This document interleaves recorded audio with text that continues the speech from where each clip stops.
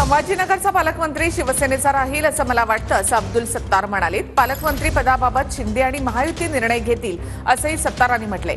तर योग्य वेळी मी रावसाहेब दानवेंच्या पराभवाचं उत्तर देणार असं सत्तारांनी म्हटलं आहे.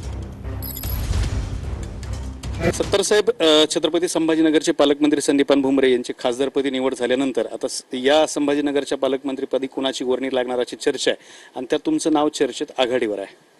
नाही, खरं म्हणजे सन्माननीय पालकमंत्री म्हणून मुख्यमंत्री महोदय ज्याच्यावर जबाबदारी देतील ते संभाजीनगरचे पालकमंत्री होतील.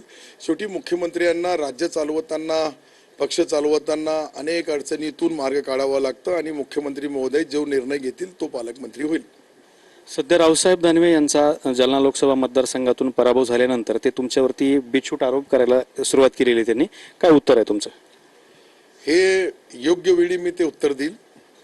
या पराभवाला तुम्हाला जबाबदार धरण्याचा हा प्रयत्न वाटतोय का तुम्हाला? मी सर्वसामान्य एक कार्यकर्ता आहे आणि मी इतका मोठा पुढारी नाही आहे की राज्यामध्ये किंवा देशामध्ये किंवा लोकसभेमध्ये कोणाला पाडण्याची ताकद माझी नाही आहे. परंतु काही लोक मला तितका शक्तिमान मानत असेल तर ते त्याचा धन्यवाद मानायला पाहिजे. कॅमेरामन अमित आडेसोबत दत्ता कानवटे, TV9 मराठी, छत्रपती संभाजीनगर.